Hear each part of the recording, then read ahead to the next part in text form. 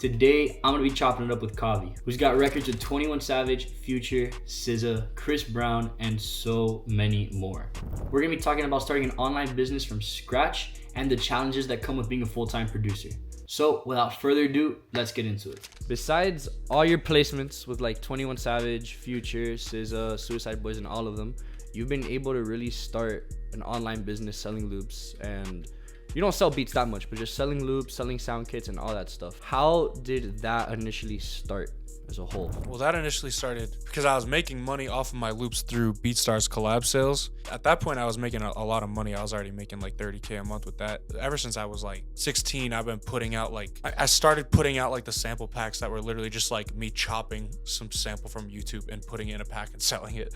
I'd get like a few sales, like my friends would buy it type shit. Just like how I feel like most people are putting out kits. I wasn't really doing, I might like boost a post for like a week, get like one extra sale from it, but like it didn't really click to like treat it like a real business. It was just like something that I would do every once in a while. I'll just drop a kit of some melodies or something and sample chops. But anyways, flash forward, I started making money with my loops. Like one day I was like, man, like I want to add in like another stream of income. I was just like, man, I want to run this shit up. Like I'm making all this money over here, let's fucking run something else up, see if that works, fucking like double it, whatever, that kind of like mindset. I'd always seen like Wave Supply that Internet Money was running, and I was like, I want to do like a website like that where I'm posting my kits but also like my boys' kits, and we'll like split the sales, whatever, so I can like make it more like a company, not just like my loop store. I feel like I had that idea, and within like 2 days I had launched the site. So like I had the idea and I launched it, given I had already had sample packs that like I had on BeatStars and stuff. So it's not like I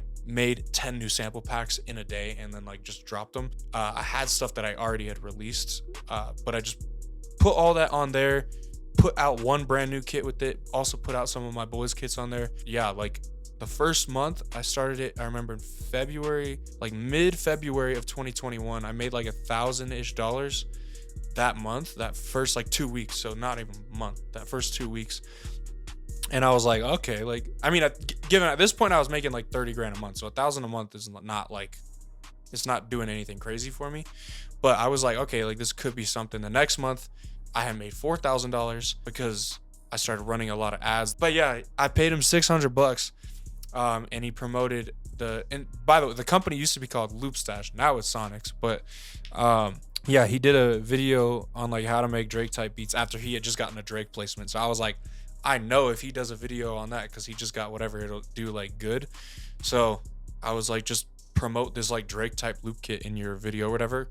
He did that shit, and I made like $1,500 in a day off of that video the first day that it dropped. And I was like, oh shit, it started going crazy. That month I made like $10,000 or $12,000, I think. So like the third month, not even a full 3 months into it, I was already making like $10K a month off of it. And I was like, yeah, this turned from like a little like, oh, like I'm gonna run up another little thing to like, oh shit, this might like overtake what I'm doing with the other stuff, you know? That's kind of how I got started with that. Whenever it started to scale, I actually ran into issues, like a few of them, because it grew so fast. One of them being, you would think like exposure is a good thing, but it can also be a bad thing. I had to learn the hard way, because in some of my older kits, I was using vocals from other websites that I thought were royalty free. Turns out you cannot sell them in sample packs.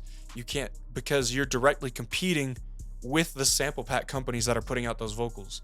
So I didn't know that. I thought, hey, it's royalty free, you could do whatever the hell you want with it. I almost got the site taken down like in the first like few months, because one of these platforms, someone who had worked there had bought the kit, recognized one of the samples, and was like da da da da da. I thought they were bullshitting. They weren't. They worked there, and I almost got in trouble, but luckily I learned my lesson early on enough, and then that's when I started working with vocalists, session musicians, and stuff like that. So I didn't have to use phrases from these third-party websites, and I could just make everything from scratch. So I knew I was able to sell it. And then also, like, I was just running ads blindly, like not looking at if I was profitable or not. And it would be like I would make $10,000, $12,000, $15,000, whatever it was in a month. But then after paying out splits to all the people whose kits were on the website, paying the ads and stuff, I was like, I really only made like $1,000. Like, what the hell? Like, I had to figure out stuff like that because it just grew so fast. And that's how I got started selling samples, like, seriously. Now, to backtrack a little bit before that, I know we've talked about it a lot, but Did you have some sort of musical background? I've been making music since I was like 14. I guess if I go way, way back, I always was interested. Like I don't know if you even remember this, but I would always go on like the app store and buy or like download these like DJ apps and do like, I thought it was like Skrillex. Like I would do like EDM remixes and shit. I didn't know this. I did not know this, bro. I don't even know what I was doing. It was horrible. When I used to like write raps, I was really into Eminem, so like I always wanted to rap and stuff. So I guess I've been interested. I've always been like interested in music, but I've never like, I mean, I played in band when I was in 4th grade, but I didn't actually know how to play anything. I was just doing it because all the cool kids were in band back then. So, but no, I didn't have any musical background or anything like that. I just learned off YouTube, just watching YouTube videos and fucking got addicted to this shit. It probably took me like 2 years to actually get somewhat decent. I always tell people this because I see a lot of young producers who are super in their head, like they've been producing for a year and they haven't got a placement. Like, what are they doing wrong? Bro, it took me like 1.5 years, 2 years to figure out that the snare goes in the same place in every beat. I was putting the snares in completely random, not like on purpose trying to create a new bounce. I just didn't know that there was certain drum bounces that like work time and time again. I didn't know what a key was, any of that. So it took me forever to just get like decent at making stuff. 2-time Grammy nominated, by the way. Two-time Grammy nominated, by the way. If I can get Grammy nominated and it took me 2 years to figure out where a snare goes, I think y'all be fine. But, you know, seeing as the whole like sample pack, the sample store thing didn't come as easy. I mean, clearly there were a lot of obstacles with Splice and all of that. And even growing up, because I know a little bit more about that too. What sacrifices did you make as a whole to get where you are today when you were younger? I was that like stereotypical, like annoying, like ecom bro mindset where I'm like, I'm gonna cut off everyone and like lock the fuck in and da-da-da. Like I was definitely one of those guys. Like I was watching some of the younger guys, even know who this is or have ever watched it, but I was like addicted to watching Gary Vee, and when he'd be like, man, fuck school or whatever, I was like, fuck school. I tried to drop out of school. My parents walked me off the edge, and then I just ended up graduating a year early by doing online school. I just cheated my whole way through it.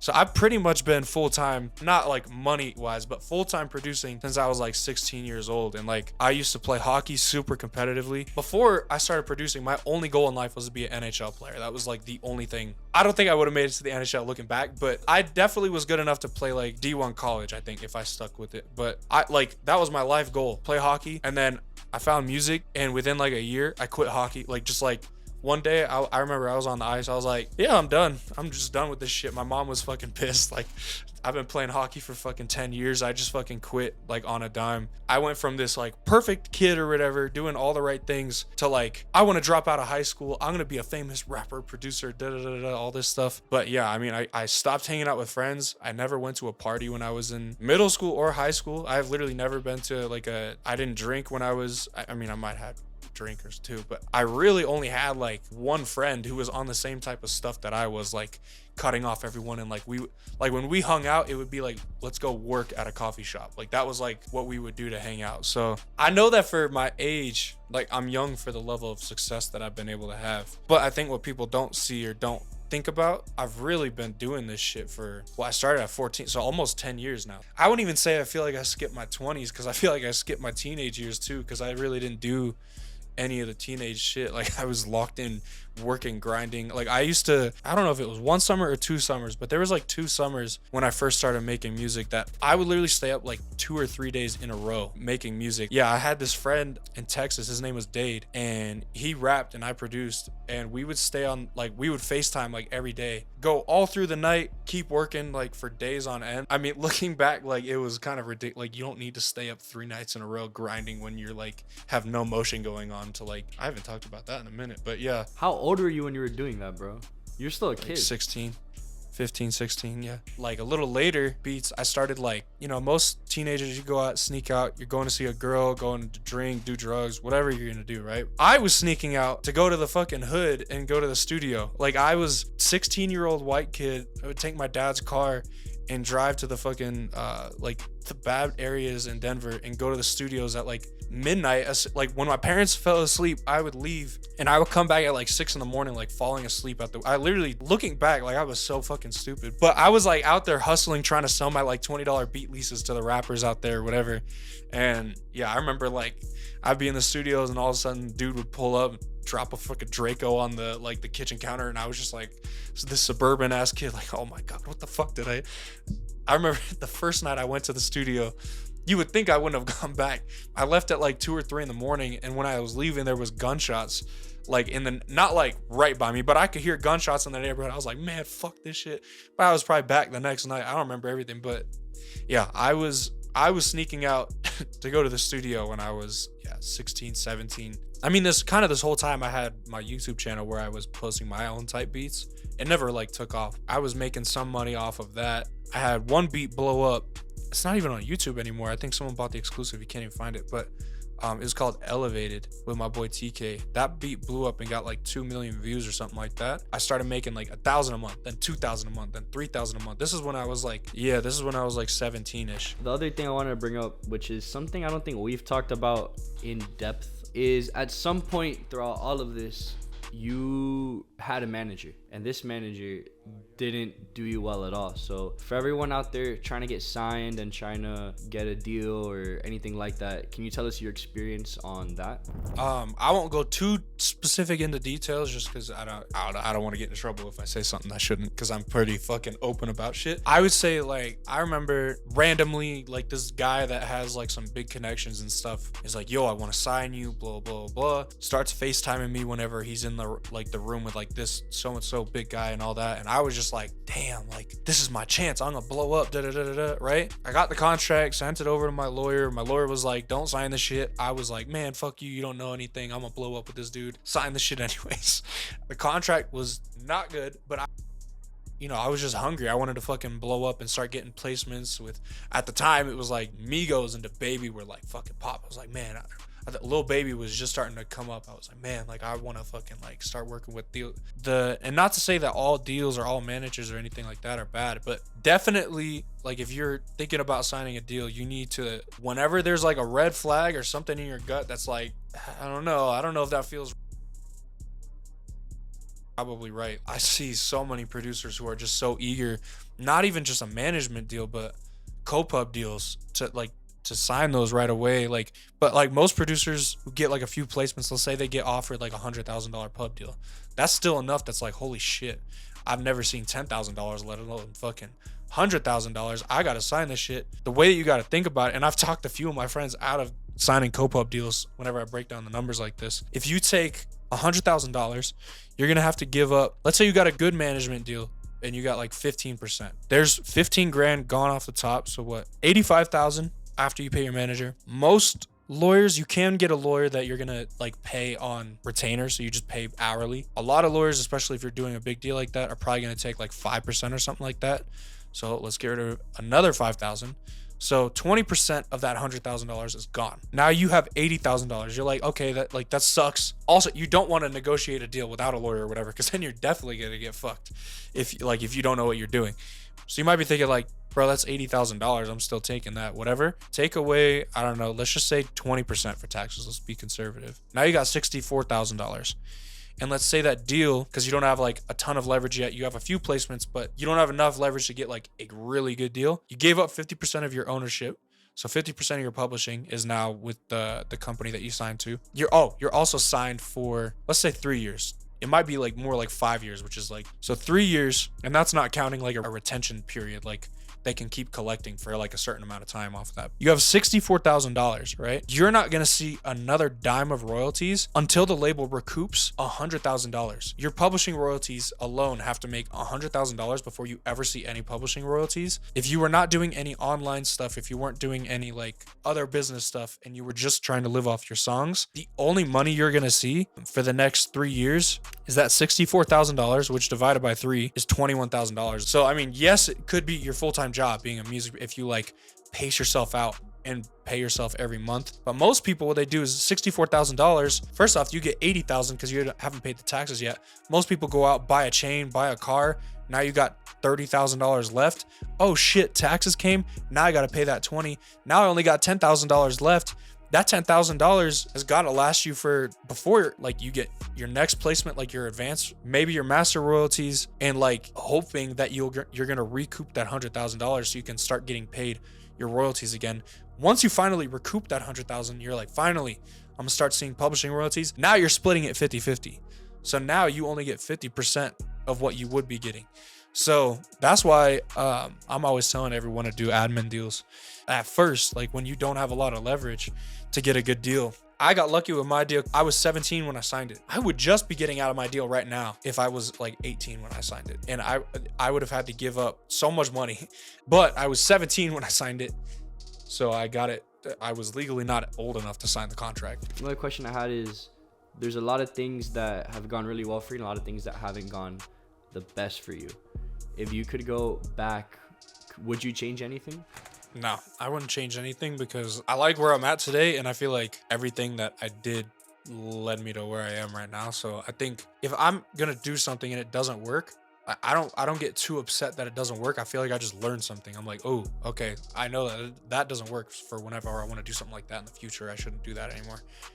Everything I did that either I didn't work or I got fucked on or was not good, like I learned something that moved me forward to doing what I'm doing now. Like one of the things that I think was like a big point for me was around the time that I started like Loop Stash, which is now SoniX, and I was making a lot of money with BeatStars collab sales. I didn't realize that at the time, but the reason that I was making so much money kind of effortlessly was because of the stimulus checks during COVID. Anyone who was doing e-commerce and like doing it for real at that time will tell you that I was crazy. Like, because people just had extra money, extra time. As soon as those checks dried up, like that same year that I was making like 30K a month doing BeatStars collab stuff, like I moved out to Hawaii and I got an apartment that was $5,000 a month. Oh yeah, people don't know about this. I moved out to Hawaii. I got an apartment that was $5,000 a month for a fucking 2-bedroom. I mean, the apartment was sick. It was like, it was crazy. But I was making all that money. I thought like it's only gonna keep going up. And the month I moved out, given I was making 30K, so I was still making good money, but it was like my income like halved in like a month. And I was like, oh shit. I had been living at my parents' house before. So this is the first time I ever moved out and my income went down like that. And I was like, fuck. I was like, bro, fuck that shit. Like, it sounds kind of fucked up, but like, I feel like my self-worth was like set on like, I'm like a person who makes 30K a month or whatever. Like, if I didn't, like, I thought of myself as like less of a person just because like I had been there before or whatever. And I had already been like, I already had that in my head. Like, nah, like I'm a person who like makes a lot of money. When I'm not, like something's wrong. Looking back, I think I just didn't realize that I was in like a lucky time to like have everything going right because of the stimulus checks and all that. I had to work a lot harder to make the same amount of money and like try different stuff and learn different stuff about business and like how to really like run the business side of like selling my sample packs and all that stuff. I saw a lot of people who were really, really popping on that type beat wave when stuff kind of started dipping down. They just never really recovered and like just kind of like continually went down over time. I was not going to accept that. Like I feel like I thought too highly of myself. I was like, I'm not going to let myself go back to where I was. So I think that kind of like, it almost felt like I would die if I didn't reach this goal that I had in mind for myself. I moved back from Hawaii because it was expensive as fuck and we didn't even really like it there. That year, we decided to buy a house, but while we were waiting for my house to be built, I was living at my girl's house. And I remember for like a year or so, I didn't even really sleep with her, like in a bed, like in the room with her. I slept on the couch because I would go to bed at like midnight, 1 in the morning, wake up at 5 in the morning and get to work. I think I was working like 16, 18 hours a day or something. Like I would really only take breaks to like eat, maybe hang out with my girl for like an hour or something at night. But like I was really, really working to like just maintain the success that I was at. Like it was frustrating because it was like, I'm working way harder than I was then and I'm making less money. Like, or like the same amount of money, but then I'm paying a lot more in expenses to get to that like level of income. Through that, I feel like I became much more secure. Like I feel like I learned a lot about business and like how to run stuff. It felt like with the BeatStars collab sales, it was kind of like when it was going good, it was easy as fuck. I literally just made loops and sent them out and I got paid like 30K a month to do that. As soon as the market kind of changed, all of a sudden it was out of I was doing the exact same thing, but it was just kept going down. I was like, the same amount of collabs are coming out. I feel like I'm making the same quality of music, whatever, but like it just keeps going down. Now I'm at a point I feel like I learned the skills to be able to like make it for myself. I asked people to send in questions. I have 3 questions from SoniX Academy. eFlat777 asks, I would ask, can you tell me in detail how many opportunities you have lost because of lack of supply and overwhelming request in demand for work in this field? And then he said, I remember one of Kavi's videos in the course, he had said something, he had to let a lot of opportunities go because he doesn't have time to fulfill all the requests. So that caught my attention. Yeah, so I think I got to a certain point where like I feel stupid saying it out loud, but I know I'm busy working on stuff that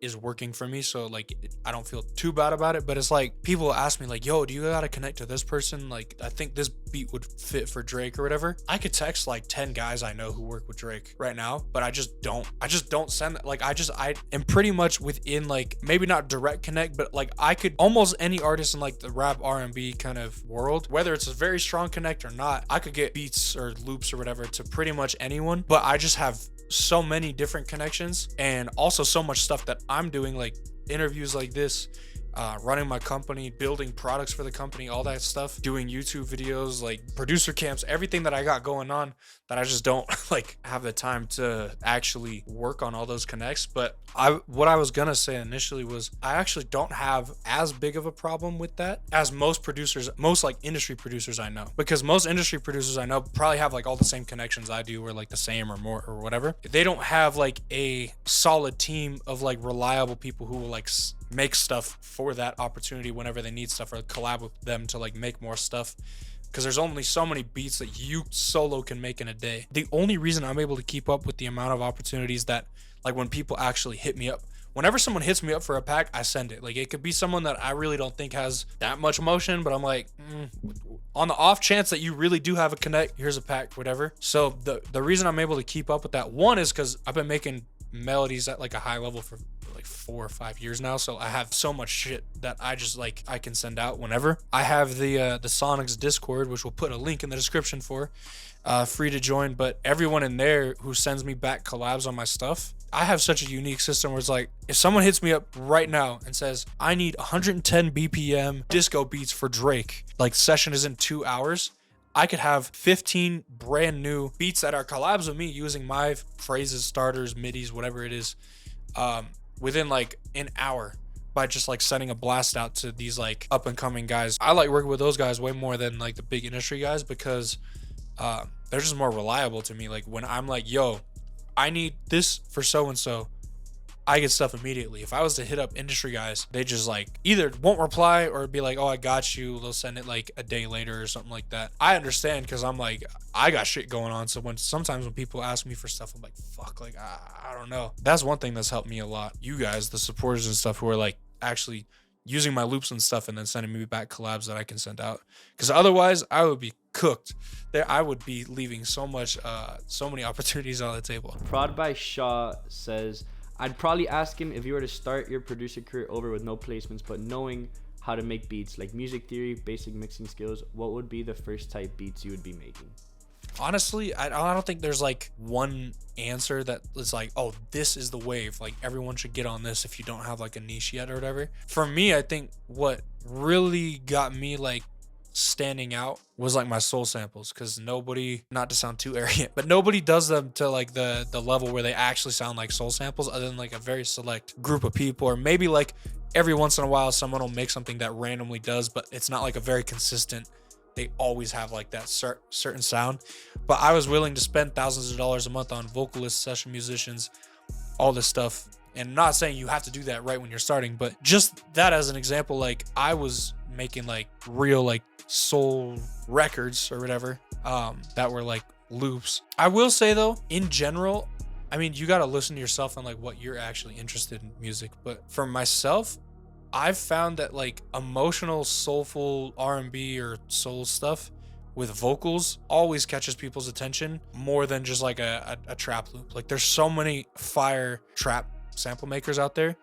There's not as many people who are very good at making like R&B soulful kind of stuff, because it's, I don't want to say it's harder to make, it's just like there's more music theory, so I feel like the barrier to entry is like, I feel like it really only takes like a few months to like figure out like the go-to progressions and all that. But like even if you look at all my placements, I have Future on a soul sample, I have SZA on a soul sample. I have 21 Savage on an R&B loop and a soul sample. I have Chris Brown on a trap loop. Like, that's so weird. All my placements are kind of like the wrong beat for that artist. I have always like, man, like I got this like emotional whatever song with Future. I want like a fucking banger with Future. You know what I mean? Another way you can think about it is like, it's kind of cool because like I got Future on my sound. I didn't like make a Future type beat that sounds like something he's already been on. Future liked my style or whatever that I was doing. Like, I did not picture Future on that at all. I was not making that beat for Future or SZA. So I feel like staying true to the sound that you like the most, that like when you make it, you're just like, bro, I fucking love like these loops or whatever. I feel like that's what you should stick with because you're naturally just gonna do it the best. So if it is trap loops, but you have like a special, like really weird detuned guitars with like analog synths and that's your like thing and it has like a certain sound, like run that up. You know, you want to be known for something. And that's not to say like you can only make, like I don't only make soul samples, but whenever someone needs like, I'm working with so and so artist, I need sample, like I need soul stuff, but I like there can't be any samples, I'm like the first guy they hit up because they know that I do, that's like my shit. And then from there, like I might work with them on that and then send them other vibes and then they start using my fucking 2-note trap melodies as well. The last question I have from D7 is, what do you think is the most important skill to learn when it comes to producing? Sound selection is probably the most important. If you have a very good ear for sound selection and you use the most basic drum patterns, the most basic like a 1-chord loop, 2-chord loop or whatever, but like you're using very good sounds and you have a good ear for like flipping sounds and stuff like that, I feel like that's the most important. Music theory is very important, I think. I mean, I don't know music theory. I mean, really at the end of the day, it's just your ear. Like, and I feel like it's one of those things that is hard to develop methodically. I developed my ear through making shitty loops for fucking years on end, slowly getting better year over year. Through that, like I got better at sound selection, better sounds, using live instruments instead of whatever, actual texture and sound of my loops, just developing your ear for the actual notes that you're using. Really like the sounds are more important, I think. Especially with like trap. Maybe R&B and soul is different because you can get away with like a very basic piano sound or very basic guitar sound with like a really cool progression and it works. But yeah, for trap stuff, for sure, it's like sound selection is like the most important thing. I did have one final question for you. The question that you ask everybody. If you had to start from scratch, Instagram gets hacked, lose all the contacts on your phone, start from scratch, how would you go about it? Do I have money or no? No, you're like bank account froze, bro. Bank account froze. Okay, so I have $0. I have 0 followers, everything, but I have all my knowledge and all my skills, right? Okay, before anything, nobody's gonna fucking answer my DMs or take me seriously if I have fucking 0 followers. Maybe the first thing I would do is like get in a Discord or something, just start making friends with people and then getting them to follow me on Instagram. I wouldn't even say like follow, unfollow. I would just like follow a bunch of people, try to get like good mutual followers on my page, all that kind of stuff. With like the people that I did want to reach out to, try to get people who they follow to follow me, so that when they click on my profile, they see followed by this person and 17 others. It's like, oh, okay, like he might be cool if all these people fuck with him or whatever. I would try to get up to like, I don't know, a few hundred followers or something to where it looks like I do have like, I am a person. I'm not like a bot, or you know what I mean? I'd make my profile look nice, maybe post like a reel of me doing some cool loop or some shit in my studio to show people what my work is like, all that kind of stuff. Once I had my Instagram looking nice, first thing I would do, selling my samples to sample pack companies, whether it's like an exclusive, like I'll make 15 loops for your pack or whatever, and it's your stuff, but I get paid per loop or whatever, or just like I made a loop pack of 30 loops, give it to you, oh, it's mine exclusively, whatever, for $300, or like splits, whatever the offer is. I would hit up every single like loop company, sample pack company that I see. Every time I get an ad for a new person like trying to whatever sell like sample packs, I got samples, you can put them on your site, let's do splits or upfront payment for like, I get the cash up front, you keep all the sales on the back end, whatever the deal is. I would hit up everyone. I know my samples are good enough that if those people heard them, they'd be like, oh fuck yeah, let's fucking work, whatever, this guy's like hard, these are gonna sell, I'm gonna make a bunch of money off this. And I can speak from that because I am one of those people myself. Like if a fucking super fire guy, like genuinely, I heard his shit and I was like, bro, are you sure there's no samples? Like, this is fucking crazy. If someone like that hit me up and was like, blah, blah, I'll give you like 30 loops for $300 or whatever that you can sell on your site and keep, I would be like, So I would probably do stuff like that to like time is my friend at that point because I don't have all this shit going on. So I could be fucking making loops like crazy and just hustling that shit. First off, just for me personally, that would be the fastest way to just like make money, like not starve. You know what I mean? Like, but also picture if I do that for like a few months, all these like either pop-in or semi-pop-in or just like whatever loop pack companies are putting my stuff out. People are gonna start to see my name.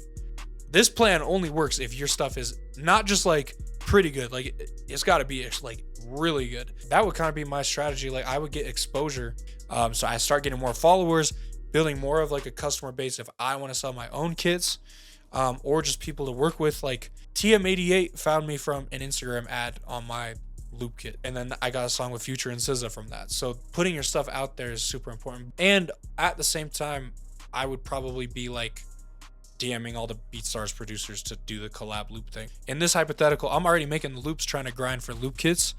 I would be sending those loops out too to essentially, I think I would just like be doing everything I'm doing now. I would just start again, like from zero, sending my shit to industry people, posting my own kits, selling my kits to other companies, or I don't do that right now, but selling my kits to other companies to like actually have some money coming in right now. The way that and I'm actually going to do a masterclass on this today in the SoniX Academy. Every idea I make, I would leverage the shit out of it. Like make a loop, cool, export the MIDI goes into the MIDI pack. The MIDI also gets sent out to all the loop makers that I know who are working on industry stuff, or also sending out to big like BeatStars producers. Wave file of the piano that sounds cool is getting exported as a starter. Put that in the starter kit, send that out to the whatever. The loop is getting exported, send that out to industry producers, send that out to BeatStars producers. Put that in a loop kit that I'm selling. If it's non-exclusive, also like selling it to other platforms that they can sell it on, posting it on places like waves.com. Like I would be everywhere. Like it just the same shit. Essentially, like every loop that I would make would be going to every single different place that I could put it, that it would make sense. And then I feel like my hope would be like income, the consistent income would be like the upfront payments or split payments or whatever from the sample pack companies that I'm working with. That would be like the stuff that just is like keeping me like afloat right now, with the hope of like I get enough money to invest that I can start running ads on my own loop kits and grow my own company to where I'm not relying on them liking my stuff and paying me for it, or it's selling on their platform. I'm relying on myself and my platform to make money. So essentially I would just like do what I did again. That's probably what I would do. I want to show y'all something I've been working on recently that'll come out sometime soon. First SoniX, first KXVI plugin on the way. And I just want to kind of show you. Yeah, this will work. Cool. So I will preface it by saying that the UI is completely non-existent. We're still in the middle of coding it, so there's no graphics or anything. Picture like every single one of these as a guitar pedal, and this being like a full pedal board. So picture the workflow that I use whenever I play a synth, and then it goes through all my guitar pedals and comes back super weird and textured and all that kind of stuff. That's essentially what I wanted to build in a plugin, all in one, so you don't have to open up 18 different plugins on your track. You just go right here and click on the plugins you want and all that. So this is still a very early version of the plugin, but I just wanted to show it to y'all, get you guys a little idea of how it sounds. So this is the little basic VST piano idea that I got. And let's see. One thing that I love about my Chroma console guitar pedal is the reverse delay. So that's one of the things that we built in here. And I like putting it on 100% mix because it'll affect, like, reverse it, right? And I could change that to 1/4 time triplet. Can EQ that. Let's see, you got a tape modulation right here. Detuner.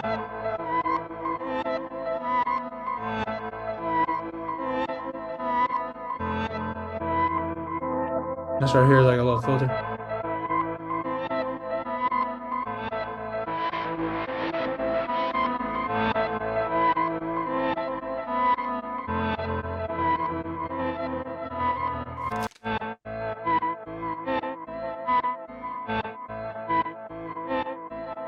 I'm just messing around with this right now.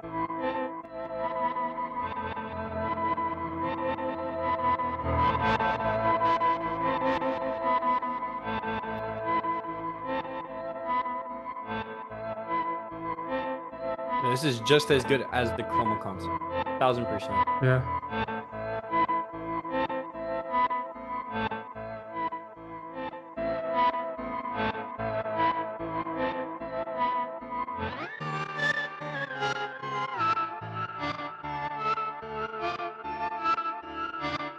So you could just mess around, like if you listen before and after.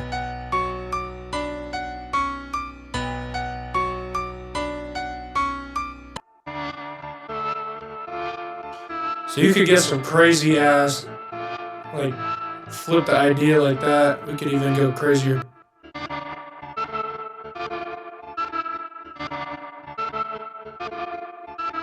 So I could flip it like crazy, or if I just wanted to like enhance the tone a little bit of it and do like some simple stuff, which is like the more usable way to use it, I think. I could just, let's say I wanted a little detune.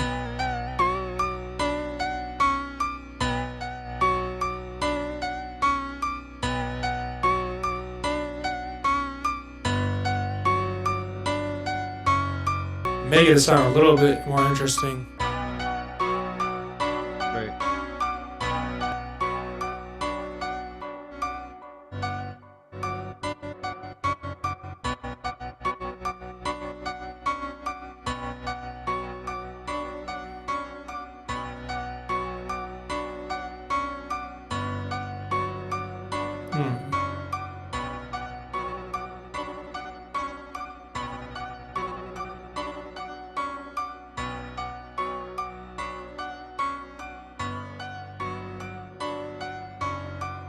Let's see.